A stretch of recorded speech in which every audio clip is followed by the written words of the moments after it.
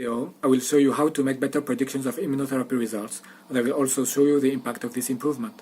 I improved predictions very simply, just by taking the average of the scores of IMPRESS and TIDE. It's very easy, and I got 3.7% improvement over the state of the art. You can find the technical details in my preprint, the link is showing on the screen. This method of averaging is one of the simplest assembling methods in machine learning. It works because each predictor is focused on different things, so averaging them can cancel out their mistakes. Now, what is the impact of this improvement?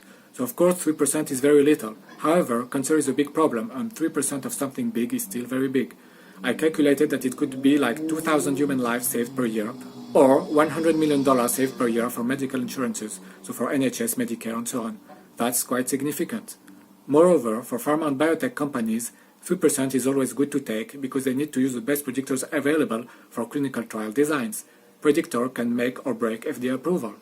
For example, there is the story of Bristol-Myers when they failed FDA approval for Opdivo in lung cancer in 2016 because they made bad patient selections for their clinical trial. Right after this failure, traders in Wall Street reacted and the company market value dropped by $20 billion in a single day. At the same time, their competitor Merck & Co. decided to use a predictor, which was tumor mutation burden, for the design of the clinical trial of Keytruda. Keytruda is a drug very similar to Opdivo. But Keytruda got FDA approval for lung cancer, and it became a success story, with $7 billion sales in 2018.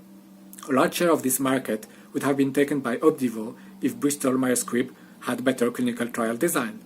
In the next video, I will make suggestions how you can make your own contribution to this problem of predicting immunotherapy results.